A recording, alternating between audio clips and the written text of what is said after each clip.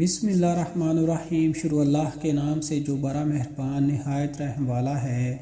ابو ہریرہ رضی اللہ عنہ کہتے ہیں کہ رسول اللہ صلی اللہ علیہ وآلہ وسلم نے فرمایا، سب سے بہتر دن جس میں سورج نکلا جمعہ کا دن ہے۔ اسی دن آدم پیدا کیے گئے، اسی دن وہ جنت میں داخل کیے گئے، اسی دن وہ جنت سے زمین پر اتارے گئے۔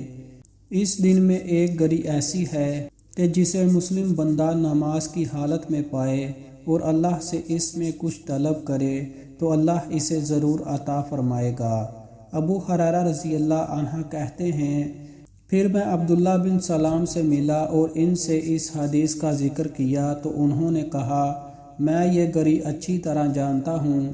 میں نے کہا، مجھے بھی اس کے بارے میں بتائیں اور اس سلسلے میں مجھ سے بخل نہ کیجیے۔ انہوں نے کہا، یہ عصر کے بعد سے لے کر سورج ڈوبنے کے درمیان ہے۔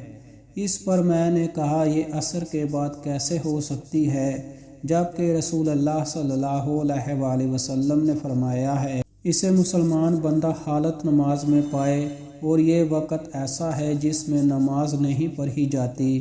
تو عبداللہ بن سلام نے کہا، کیا رسول اللہ صلی اللہ علیہ وآلہ وسلم نے یہ نہیں فرمایا ہے کہ جو انسان نماز کے انتظار میں کسی جگہ بیٹھا رہے تو وہ بھی نماز ہی میں ہوتا ہے؟